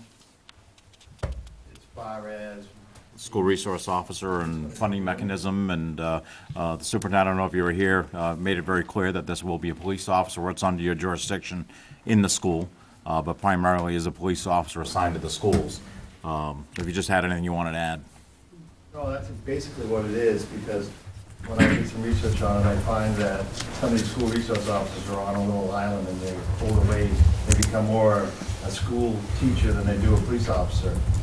And unfortunately, sometimes in the past, these have been dumping grounds for maybe not the right fit. I'm really against all that. I think we need somebody there that's a police officer. They're attached to the police department, overseen by the shift supervisor. I think they should be in charge of the security in the schools as far as, you know, doors that are unchecked, swipe cards, all these type of things that, and give suggestions to keeping other doors locked. I mean, just overall security of the building. And like I said, they report back to the police department, and we work great with the schools, so it's not an issue with that, but it's a police officer, so when something goes down, unfortunately, if it happens here in West Bridgewater, we have the right person there that's qualified to, you know, stop the situation. Now, I know each year the web task force is funded by a warrant article. So we would do something similar like that for this position, and it would be a separate item, which is good, because then if and when it comes budget cuts within either department, that position is separately funded, so it would, couldn't be cut by either department and absorbed into their budget. It would be a separate line item. That's part of the motivation, yes. Might be a little bit out of line, but I'd like to go forward with that avenue, and I'd ask the board to support an independent vote that we go forward with the officer for the school as a warrant article, self-funded. So as recommending the article or approving the article for the warrant? Right now, it would just be recommending it as part of the budget as a separate item. Really, it would be. You're gonna recommend to put it on the warrant? Wouldn't we do that when we vote on all the warrant articles? Well, right now, we're just asking them to prepare it as a warrant. Because they're gonna have to come, we're gonna have to come up with the language and the financial numbers and all that. Okay. Vic? I would suggest, I mean, I don't think it's a bad idea to do a warrant article for the first year to see how the town would like to have this position. I just wouldn't be in favor of every year having to worry about whether the town warrant article would pass. I would like to see, you know, some type of a permanent solution. Yeah, but eventually every become a year, budgeted because- item. Yeah, well, like I said, so maybe, I don't know what the funds look like this year to be able to do that. Maybe it could be a budgeted item this year, but I think if it can't be a budgeted item this year, a warrant article would be the best avenue for this year, but I think moving forward, I'd like to see, because if it's voted down in the middle of 2 years or 3 years from now, that person's sitting, you know, not funded. You know, then we're talking, you know, then you're talking layoff, and we all know layoff with one person is not feasible, you know, as far as saving any money. So you want a more permanent solution? I think that if we want, if we've been kicking this can down the road for 3-4 years now, and I think that it would be a more permanent solution to have the funding directly in the police department's budget, not split everywhere. I think that becomes a problem. I think it's a great idea to ask the citizens, you know, if they want it, but I think after the first request, after that, they voted to have it, I think it should be put basically back into the budget. I'm satisfied with that. Any further questions on that? Right, moving on to the rest of the budget. Any other questions? Jerry, there was a Yes. couple of questions, because what I'm trying to understand, as I went through the budget earlier today, is my understanding is that you guys did hire an athletic director, is that correct? Yes. So what I'm trying to understand from a financial standpoint is if I couldn't find it in the budget. It's actually, it's under, I'll tell you why. It was going to be, the way that our contract reads, teacher's contract, is that it's a person, like a teacher, they're in the teacher's contract, I should say, but they get a stipend to be, you know, so they get paid their teaching salary or whatever, and then they get a stipend. And that is how we were gonna do it, and there's a stipend in there, I think it's like 7,000 or something like that, Correct. okay? So the salary then is in the teacher's salaries. And in the contract, it says can teach, up to so many courses, or it could be 1 course, 2 courses, something like that. What happened was, we didn't have any candidates, or the candidates that we did have didn't get it, or decided not to take the job, no one else was within the contract. So we actually hired someone who wasn't in the contract after this was printed, so that salary that's in the will just move the line up to the director line. So That's what happened, because we had to change the way, just because the person backed out and it and wasn't. no worries. So that means that the amount that's currently in the teacher's salary will be reduced, and the line for the director will then, Be increased. okay, all right. Yeah. So, Jim asked me that the other day, so. but the reason I bring it up, in full disclosure, I met with Molly, the superintendent, Mark Bodwell, and the police chief. I did my master's thesis on school resource officers. I'm a big believer in them. I don't think that we're going to have there's 2 reasons why you have a school resource officer. One is because you're concerned about safety, and 2 is that you want to make sure that you have really good long-term partnership between the kids who eventually become adults and police officers in town. And the data is crystal clear, the good long-term benefits that yields. We're only going to see a marginal benefit. Phenomenal job having police presence in the school. Officer Thaxter is there. As you know, every single year, we do a large DARE graduation, and it is not just Officer Thaxter that rotates throughout the schools. I still think it's the right thing to do. But what I'm trying to understand is that my understanding is that we had a part-time athletic director that was paid a very low stipend. We are now budgeted this for $70,000 or $80,000 for an athletic director, which is fine. But if our top priority was the school resource officer for all the reasons that we said, is why we would not, within your budget, fund a school resource officer and not fund an athletic director. So I'll answer that, because I think there's 2 things that are going on in the school. And the safety of our school, I think, has a lot to do with not only what we do as far as like school safety protection that we are working on, and we work closely with the police department, but it is also our mental health for our students. And we've been working on, continuously working on that. And I truly feel that, and that this is actually an athletics and an activities director, so it's not just athletics, it also includes all the activities that the students at the school participate in, which, as you guys know, our students are very active in many things. So this person, I see this as, and I'm going to steal this line from Principal Morgan from our, and I always forget the name of Independence Academy that we use for drug addiction. And he talks about, we're working on helping the children when they're already addicted to drugs, and we have to put money and funding towards that. But then we need to also go up the river and find out why they're even jumping in the river. And that's what I see the activities and athletic director as, is we're going up the river and making sure our kids are involved and happy and healthy, and that's what this athletic and activities director will give us. And this is something I will say 3 months ago, we prioritized over a school resource officer. And we made that decision that we were going to go for, filling this position first and holding off on the school resource officer. And then the past couple months, even though every month when we meet in the Safe School Committee, we always hear about the most recent shootings in schools, and there hasn't been a time when we get to a new meeting, and there hasn't been one. But as we all know, in the past 2 months, it's bubbled to the top, and it's not just the people in the know that are talking about school safety anymore. And so this came to the top at the same time, and I personally felt I wouldn't be representing what my community is telling me through different people that are asking me questions, what the students are talking about and what they're trying to do, what the communities, what's on the news everywhere, without bringing this up.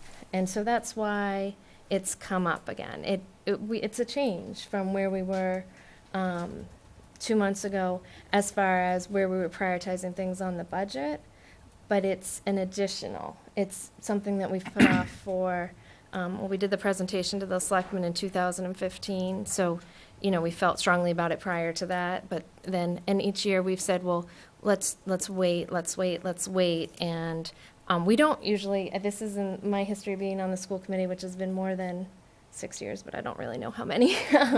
We've never, as a school committee, come and added anything to the budget. We've,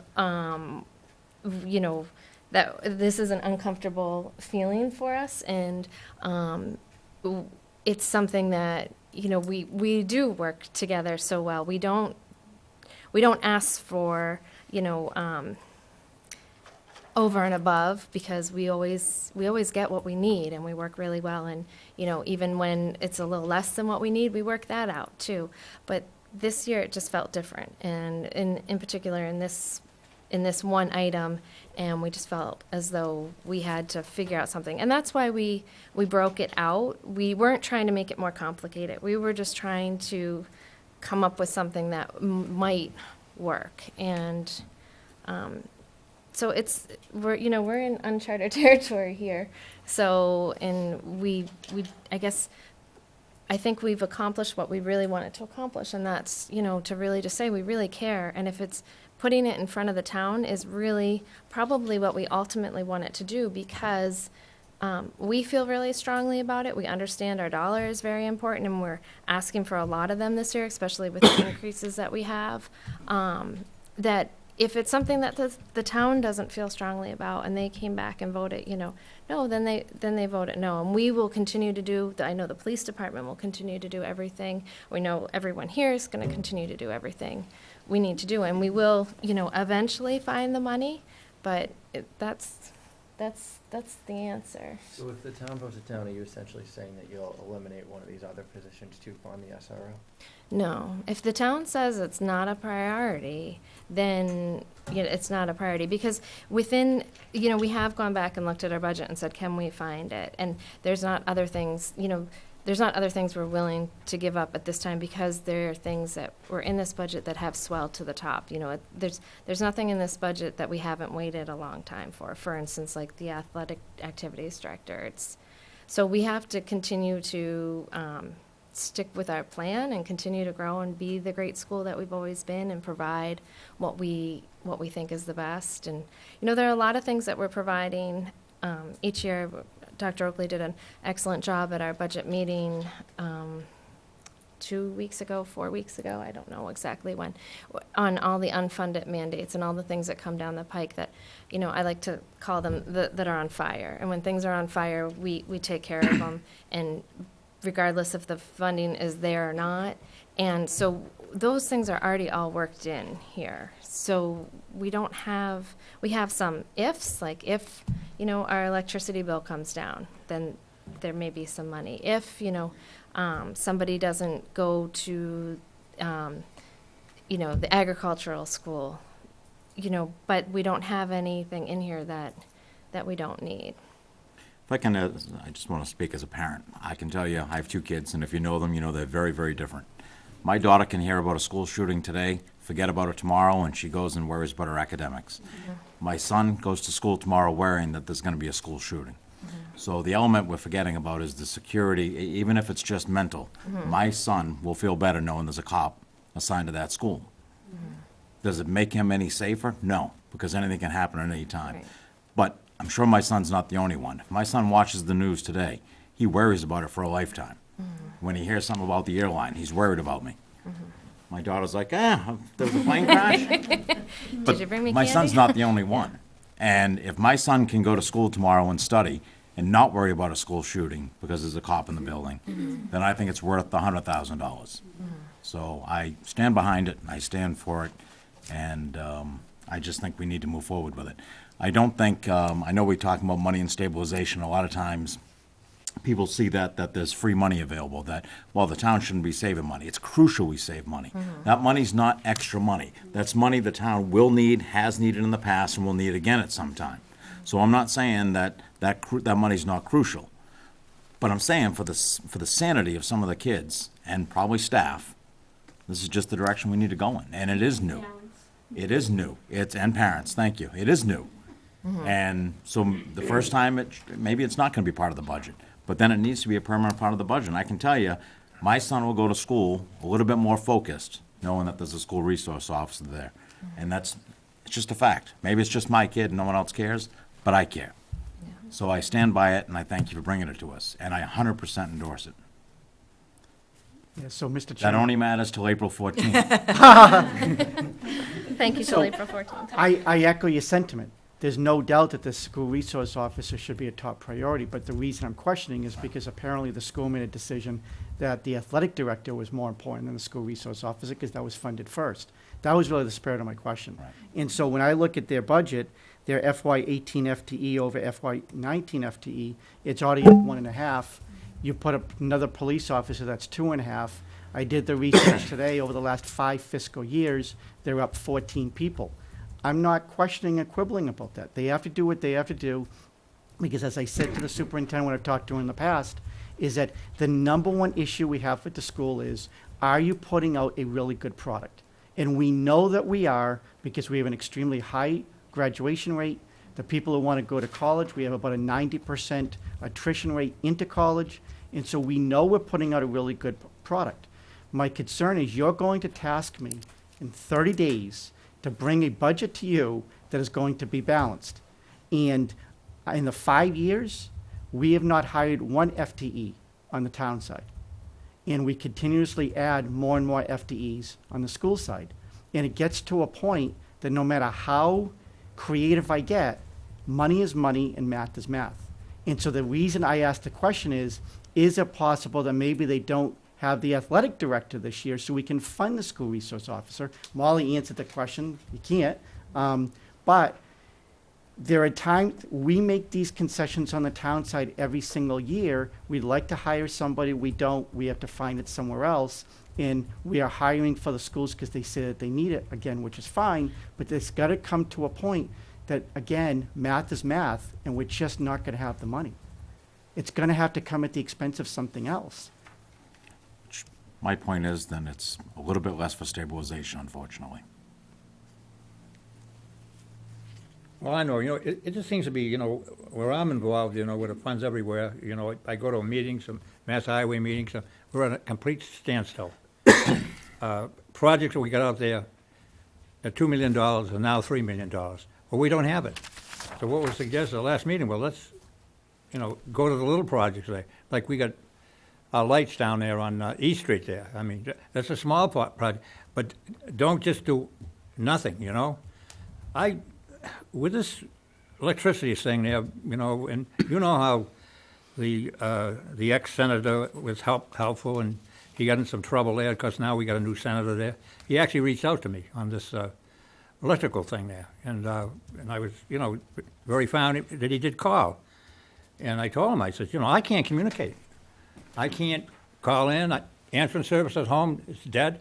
I mean, I'm at a complete standstill. I says, I've been, operating over at the senior center, and they've done oodles of all the people that helped out there. But, so he said, what is it? I said, well, they won't give me they tell me Tuesday we might get our lights back. I mean, we might. And I said, and now it's starting to show here. So I was at the Family Dollar. Before I got home, those lights were on. And he called me the next day, and I thanked him. And that's Timothy. Now, there's such a thing as the bond bill. And I think we're going to have to communicate with our reps and our things to have them working on our interests too. Because there's other ways or sources to get money out there, either through the bond bill or anything else. And it's money that we could use. But we got to ask for it. And we don't have to demand it. And, and I think, working all the way together, I mean, I know it's just stabilization, and like we said, eventually we'll be using that. That's not just there to be in the bank. I mean, that's the people's money, and we treasure it. But my point is, your expenses is like a town expenses. Everything's going higher, and you're getting less for your money all the time. And I know where you're coming from, but I support your, the resource officer, and I think that's a good idea, and like I said before, we'll work it out, like we always do. Thank you, Alden. Any other questions on the school Yeah. budget, Anthony? So, the half of FTE explains the athletic director, right? Steve was part-time and now the new one's full-time. And then there's, so you have 1.5% increase in here. Yeah, and then there's an instructional assistant that is needed as a one-to-one, that's part of the student's IEP that we have to add.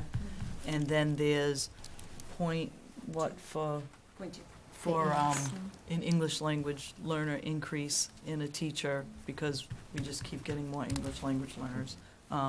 This year alone, we had 4 new families come into town, 2 from Haiti and 2 from Puerto Rico, and none of the kids speak a stitch of English. So we just are getting more and more ELL kids. So that's going up as far as supplies and as far as, I actually have a graph if you want to see it, of my ELL population. It's going up every year, and I don't even know if a 1.0 is going to be enough for the population. We live next to an urban center, and the law is very clear what we have to do with these kids. And when you come in and you don't speak any English at all, you need over 2 hours a day from this person that we only have a 0.8, so we're going up to a 1.0 hoping. What's FEL? So ELL is English Language Learner, FEL is Formal English Learner, so that means that they test out, but they still have to be monitored, and there's still education that needs to take place. It's just not as much as a person with an ELL, and that's just actually part of the new regulations. So I just wanted to show you how it's increased, and we're gonna get more because everyone's getting more. We're getting more demands all the time. Yeah. So last year's budgeted, approved number was 162.1 full-time equivalents. So it looks like you added almost 2 throughout the year that were not budgeted for. Yes, and I think that was for IEP reasons. It was for IEP reasons, and it was for kids that either came in or, see, a lot of the IEPs now are going on, the IEP team meetings, and we get to a point, the team makes a decision that a child's needs need to be met by having more support in the classroom, then we have to put that in, and we have to add personnel for that. So that's really kind of a moving target with special education. The other thing with special education, since we're on it, is our out-of-district placements that people usually do ask about every year. And we can get a student that moves in the middle of the year that is already at an out-of-district placement, moves into an apartment in West Bridgewater, and the town of West Bridgewater has to pay for that. And so you can see what we have for out-of-district placements and how expensive they can be. But we try to do the least restrictive environment, and sometimes we just can't take care of the needs of the disabilities of some of these kids. So you can see that the annual cost of some of these out-of-district placements, how many students are attending, and then the total cost. This is just for kids that we have to send to other schools that have programs that we don't have. And we also, this isn't even the transportation, this is just the tuition costs. Now, I remember going back a number of years when I was on the school committee with Rena Shea. That's kind of when we started the one-on-one program where the one teacher assigned to a student. But what that really ultimately did, and the instructional assistants, is kept kids in our school district rather than paying $40,000, $50,000, $60,000 a year to send them outside. I remember one example we had with transportation is two kids went to the same school. One kid wanted to do rowing afterwards, and by law, we had to provide transportation for both students. So we sent a bus to pick up one kid, brought the kid back, then had to go back and get the other student at the conclusion of rowing by state law and bring them home, which was mega money. Yep. And there are things that we're continually doing, especially with our collaboratives, to try to reduce those costs, but you can only reduce them to what is needed, and there are a lot of needs. But Anthony, do you have a question about the graph? Yeah. Academy, the one that's 320, is that? I can't tell you which one is 320 because then there's only one kid there and then everyone, confidentiality. That's why I didn't put the names next to them. Can you tell me what Pilgrim Academy is? Yeah, Pilgrim Academy is down in Plymouth and it's a collaborative program. Is it live-in? No. No, but that one that is 321 is live-in Oh, okay. residential for a medically fragile, multiply handicapped individual that needs intensive care. And the thing is, we talk year after year, and it's not just this district, but everywhere about, well, when should the schools' care end, our financial care end? Shouldn't we just be paying for the education? Why are we paying for overnight, residential, medical, and all that stuff? But the law is very clear that when they're under the age of 22, they belong to the district, and this child is an elementary child, and so, but they belong to the district and the Department of Mental Health or Department of Public Health. They don't, it's on the taxpayers, it's on the town, it's on the school budget. So it's difficult because if, as you can see, in a case like that, it's a very high cost. But I have mixed emotions about it because, of course, I don't want to increase our costs in our budget, but I also have a lot of faith in our special ed department, and I'm very proud of the fact that they always find the right things for the students. And so as much as, at different times we've talked about, this should go to someone else, should be paying for it, which I don't necessarily disagree with, but then at the same time, I know these children are being taken care of and cared for properly. Unfortunately, it then shows in our budget in very large amounts, but. And also, there's cases, and I've had people say, well, isn't there any other place they could go that's not that expensive or anything? Sometimes, when a person's very severe, there may be only certain places that will accept the child, and that's a very severe case. Some of these kids, we will try over time that are in some of the collaboratives that aren't as restrictive, and they're just day schools, that they go, they work with them, and then we try to bring them back. Matter of fact, we're trying to bring back 2 right now.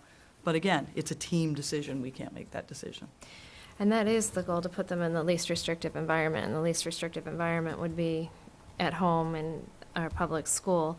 But again, that's why they're reviewed every year, and I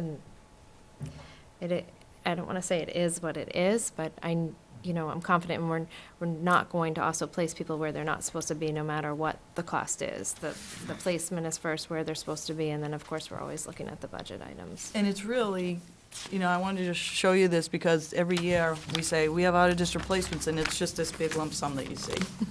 So, but I thought by giving you this and you seeing the end, it's like, wow, that's, over 1% of your budget, going to, not one, it's 1% of our sped, but it's also, over $1 million of our budget for 19 kids. But you have to do it. Yeah, and the other thing, the statistics don't show, and then also you can't talk about because of confidentiality reasons, is the success stories of, when students get the proper attention that they need for whatever their need is, and they may go to an out-of-placement district, that they can then return and have a healthy, successful school environment. And had they not been given the correct things that they needed, you can't calculate how much that would have cost later if they didn't get what they needed, and if something could have increased or not gotten better. All right, my final comment is, I'm concerned with the total increase. I mean, I don't know where it would come from, what would have to change, but 600,000, 4.9%, I don't know if it's feasible anymore. I mean, we're not gonna be able to put the same amount that we have in the past into stabilization this year. I just have concerns overall about that increase. Okay. That's all I have. Alderman, anything else? No. Okay, motion to move on to the Finance Committee. So moved. All those in favor? Aye. Thank you very much. Thank you. Chief, you want to come up?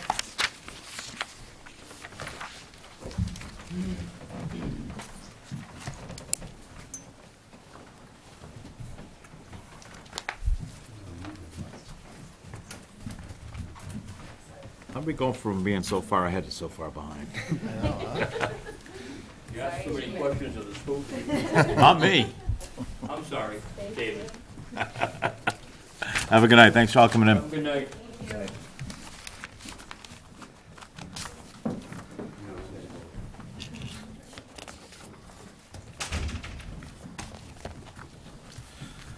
All right, where do you want to start? We will start with 2100. We're basically asking you to go over any major changes to your department over the next proposed year, and any increases and decreases with a brief explanation.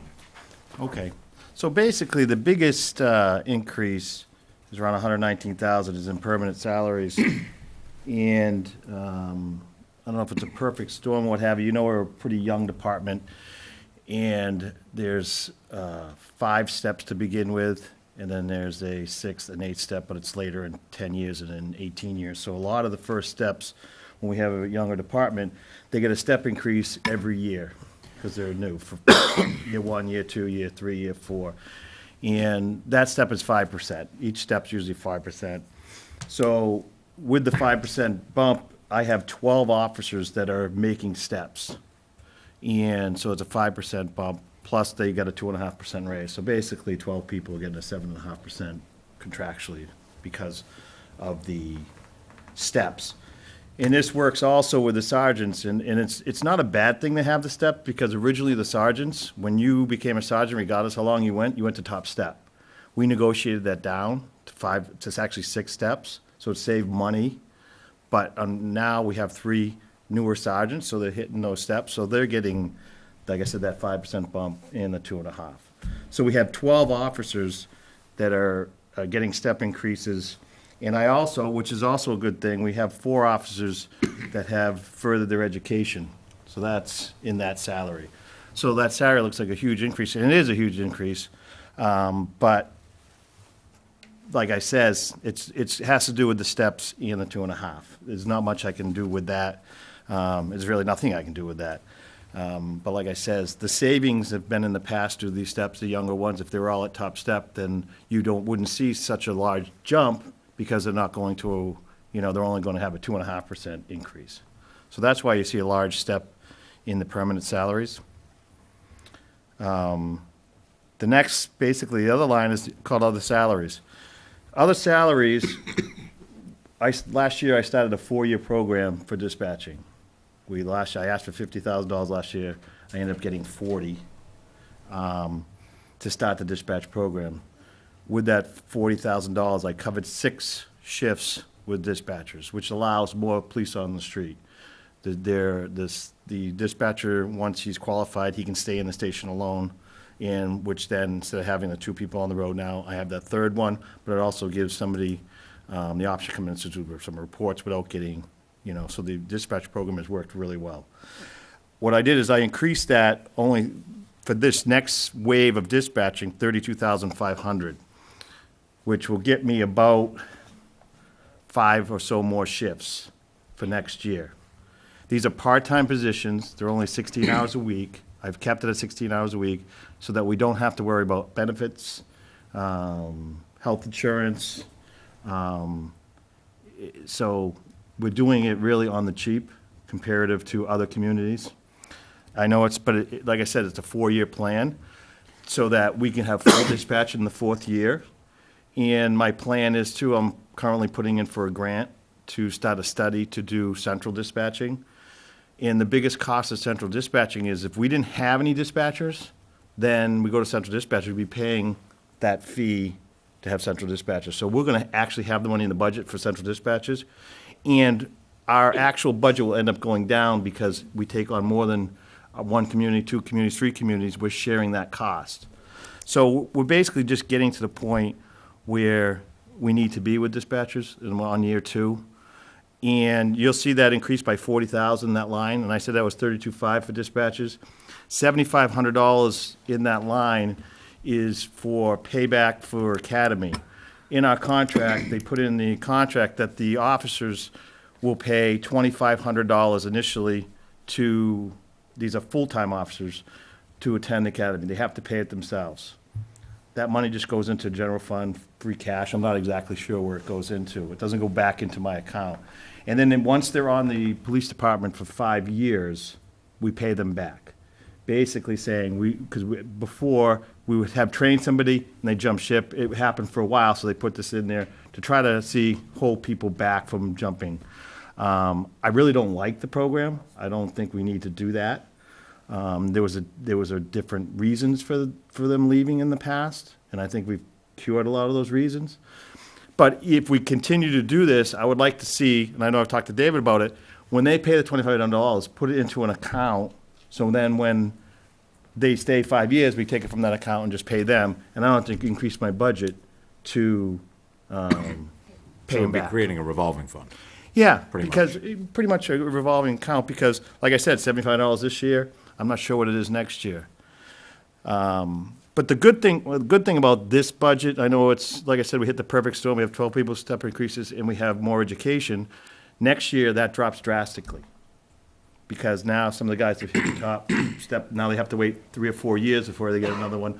So next year's budget, I figure just the permanent salaries is only about 2.5%.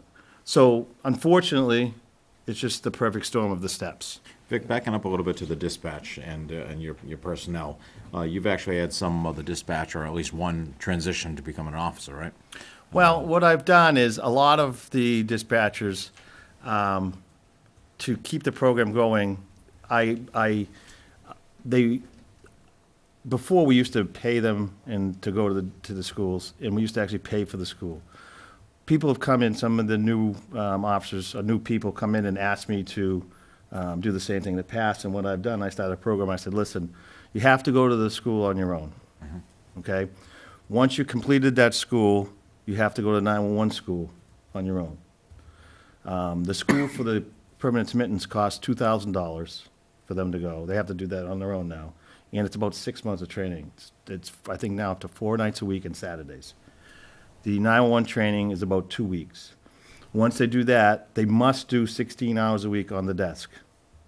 So they're giving us 16 hours a week on the desk, on the lower end of scale for dispatching. Once they've proven themselves on the desk, which is about 6 months, 7 months, and they appear to be a good fit, I then request from the board to make them a special. And what that does is it gives an opportunity to do a few details, make a couple extra dollars. But it's like dangling that here to give us, so we're getting something for our specials, where in the past, we paid for them to go to the academy. We paid them to do all this, and they would just start waving their arms. And we got nothing out of it. They brought nothing to the table. It's also giving you a pool of candidates, which you haven't had in the past. I mean, not the last year or so, but prior to Right, and that. most of these guys that are dispatching are on our list, not all. But that's the whole mindset behind this, is that we get to look at them. Plus, like I says, I just never like to have these specials, and what do they bring for us? They go out and detail, make money, who paycheck. cares? They don't bring it, I can call Bridgewater, they can fill in for them. So it's really worked out very well, and we're benefiting from that, because we wouldn't get the quality people that we have for the money we have if we didn't have this program. And like I said, we're working towards the central dispatching and getting grants for that. And eventually, like I said, our 4-year total will be somewhere around, once we get past dispatching, probably $160,000, $70,000 for dispatchers. When we go central, that may be the first figure, but years after that, it will drop, because more people you bring in, you spread the cost. So I just felt if central dispatcher is definitely coming. So instead of getting hit 1 year for a large amount of Explain a little bit about cost. what the central dispatches is now. And I know one time we were talking about fire and police as dispatching. And is that what you mean by central? Yes, the central, right now, I'm putting in for and there's actually a letter here for you guys to put together. It's a grant for, basically to start looking into it. And basically, there's 2 huge costs in the central dispatch: radio equipment and IT and what have you. So this grant is between the 3 Bridgewaters.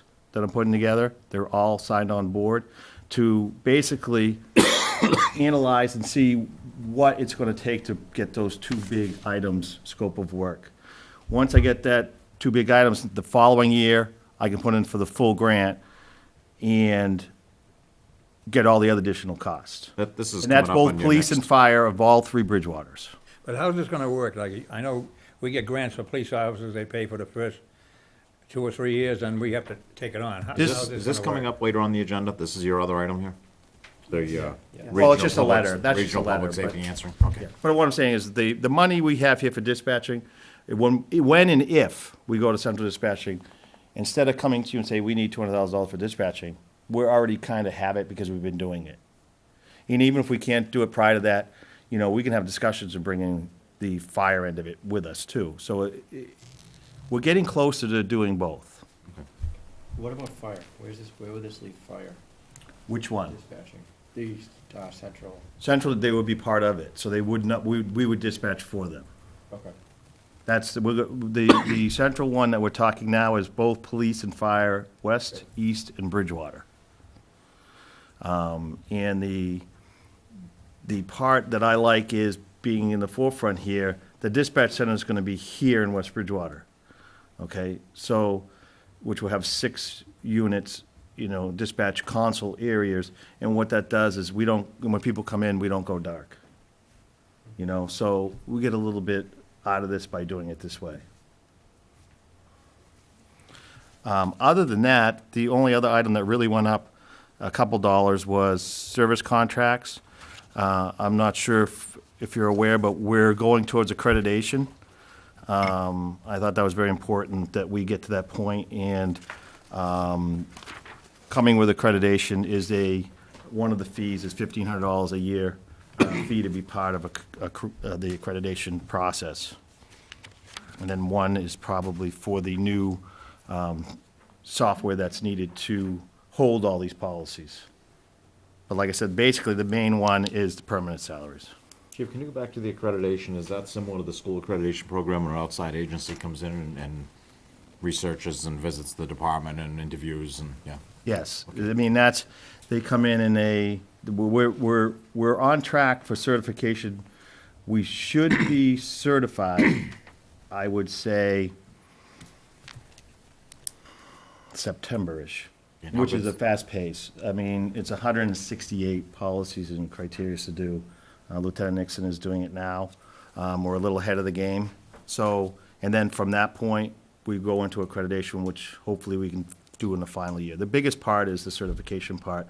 The other ones is more structural issues that we have, that we might need to change a few little things. But we're in a really good shape to do it. How long is the accreditation good for? I know the school, I think, is every 10 years with I think the visits. accreditation, and don't quote me on this, is they come by every 3 years and go through the accreditation process. But each year you have to keep updating your policies as I you want you to think go. I'm questioning the, but I was just curious about the process, because I don't recall it coming up before. But what it does is just, like I says, it makes the police department a little more professional, a little more, what's the word? I'll come up with the other word for that. It's pretty exclusive, isn't it? There aren't that many communities that have it, right? No, there's about a third of the state that are actually certified. I think at the point, and don't quote me, I think there's a insurance credit because of the, and so the insurance, I don't know if it's that much of a difference, but I think it helps us out for frivolous lawsuits where we would have all the documentation that was needed. So when people try to make some type of a lawsuit, we have policies that pretty much cover everything that we could actually get involved in. So I think that's what's really important going forward. It might stop some of these issues that we've had in the past. Denise, is it a question you can ask the chief outside of a meeting? Well, it has to do with the budget. Okay. That's why I wanted to ask. Yeah, I don't understand the step increases. Is that based on longevity, or do they? Years in, so we have a young department, and so step one is initial when you start day one. Step two is the start of your second year. Step three is the start of your third year. Step four is the start of your fourth year. And then the completion of 5th year, you have a step. And then we have a step 8. And that's the completion of step. So from 5 years to the completion of step 10 is another 5 years. So once they hit the completion of 5 years, they don't get a step increase until after 10. Okay. But the first 5 people are hitting, Right. and then fortunately next year, a lot of those people have completed the 5th year, so now I have a cushion till the year 10. Okay, thank you. Any other questions on police? Motion to pass the finance committee? Have a second? Second. All those in favor? Aye. Animal control. Animal control. Animal control is working very well. I know last year when we changed the bid process and we actually put the kennel out to bid and with JM Pet, it's worked out great. We're staying within budget. I don't see any issues. I don't see any changes, so I kept it as is. Okay, not getting any complaints or anything?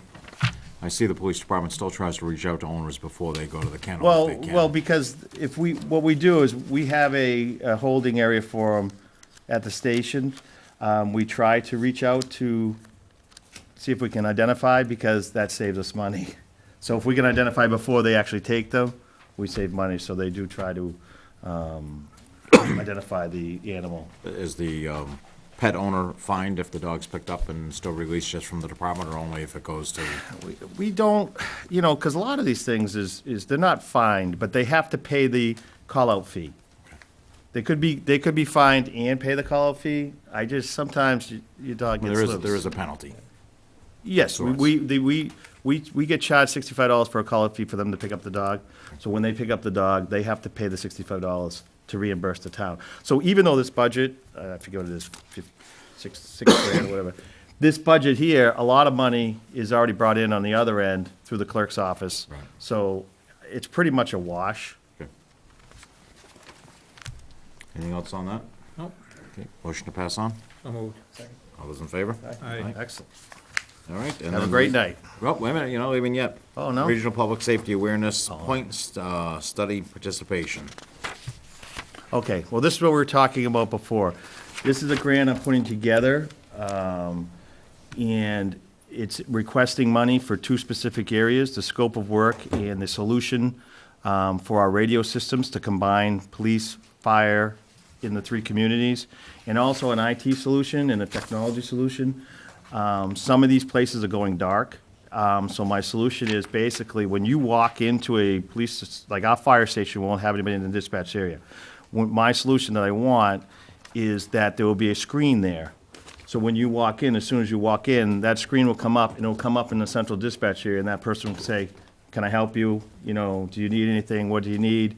And if it's in a police station, you say, well, I had a larceny or somebody broke in my car, they'll say, okay, have a seat, we'll have somebody come in and speak with you.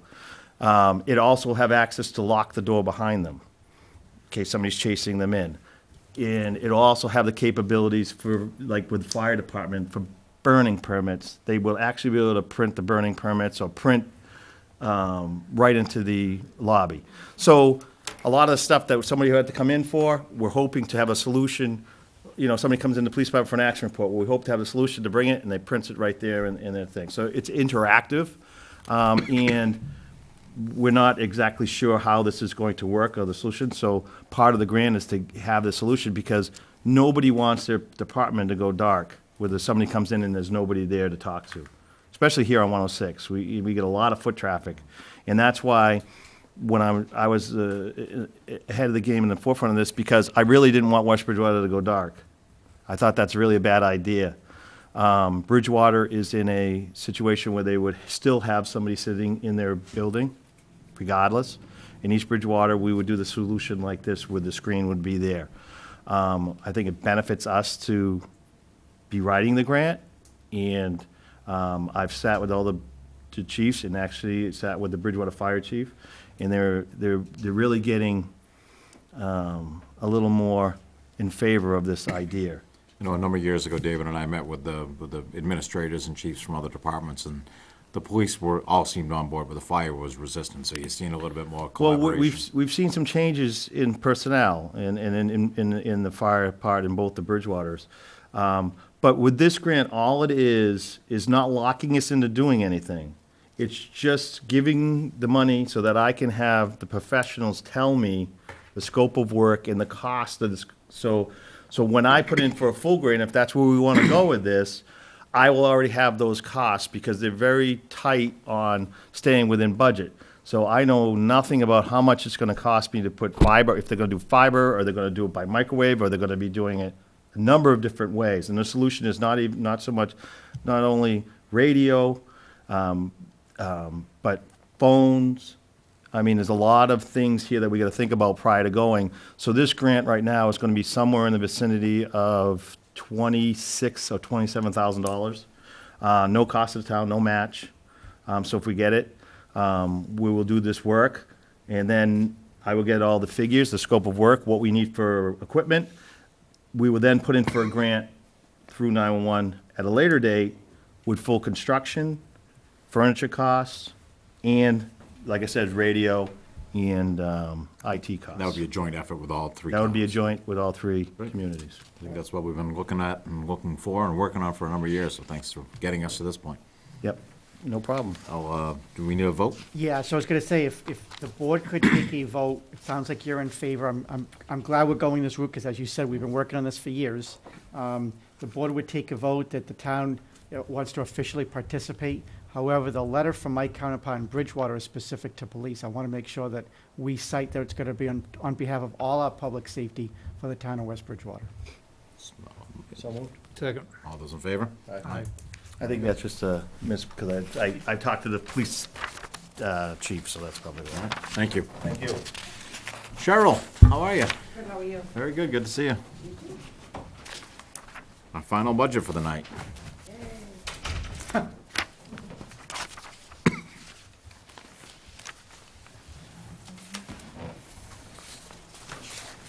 Can I give you 2 copies? Yeah. Do you need one more memo? Yep, Anthony needs some memo. Yeah, if the staff have, they don't already have it. I will get you, I can get this to you. Yeah, we'll share. And No, I no, can we'll- give it to you, Okay, I'll send it over through the email. thank you.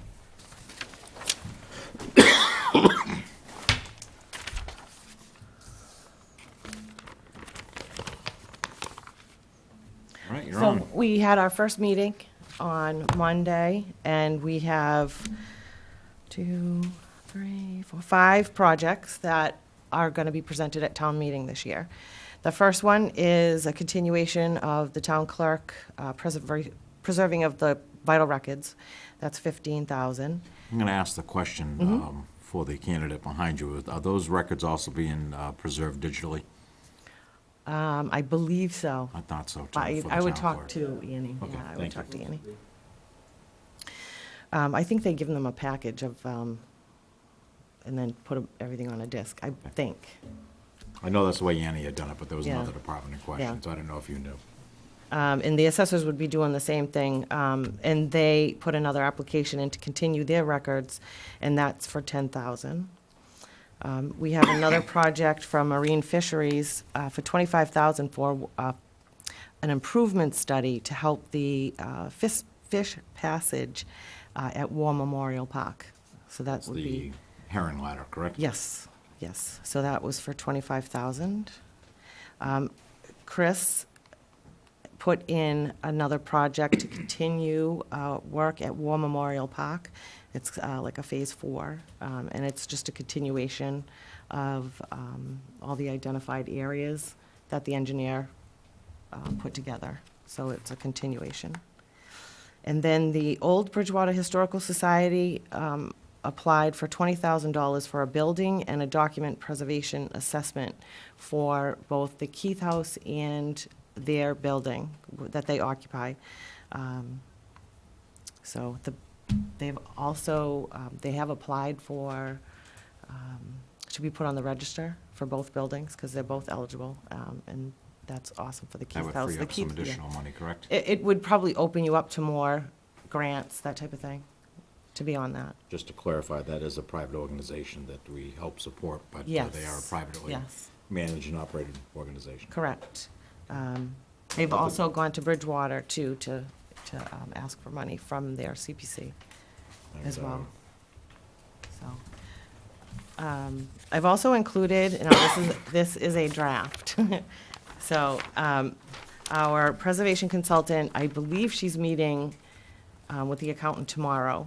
I don't know, I think they have a phone interview, so she can get her final numbers. But this kind of I just wanted to give you an idea of, you know, the money that we have available to go forward. And I believe it's this number here, 352, the total to spend. There are a couple of questions, so that's why you see some question marks. And it's a draft, but this will be completed shortly. Very good. Well, I think the CPA's done some, CPA, has done some great things in town that had historically been chopped from the budget or just neglected. So this program the town adopted a number of years ago has really helped preserve some of the town's history and done some great things, not only in our history, but in our housing and Yes, yes. program. So it's spectacular. I'm hoping to have this prepared for town meeting. It's a informational flyer and kind of talks about what the CPC does. And on one side of it, it lists all the projects that we've done Right. to date, and it's impressive. Excellent. Did you reject any applications? Nope, no, this was everything that we received. Now, that one on the fish ladder, now what's happening down below? I mean, the fish gotta get up to the ladder here. Is anything happening down below and that, is that gonna include a study? I think this is just for the fish ladder. If I might be wrong, but I believe that's a whole, that's just a small part of the whole. The whole, yeah. Oh, it is. Yeah, yeah. All upstream and downstream. And I know there's things going on with the dams Yeah. too, Yeah. yeah. So, Any other questions? No. Thank you for all your work. Motion to pass on to the Finance Committee? Moved. All those in favor? Aye. Thank you. That is the last item on our agenda tonight. I would like to entertain a motion into an executive session, not to return to open session, to discuss strategy with respect to potential litigation, specifically Peterson Burton Incorporated, Superfund Site, Cumberland, Rhode Island, versus the town of West Bridgewater, since in my opinion, the chair, as chair, strategizing in open session would have a detrimental effect on the bargaining position of the town of West Bridgewater. We will not be convening back to open session.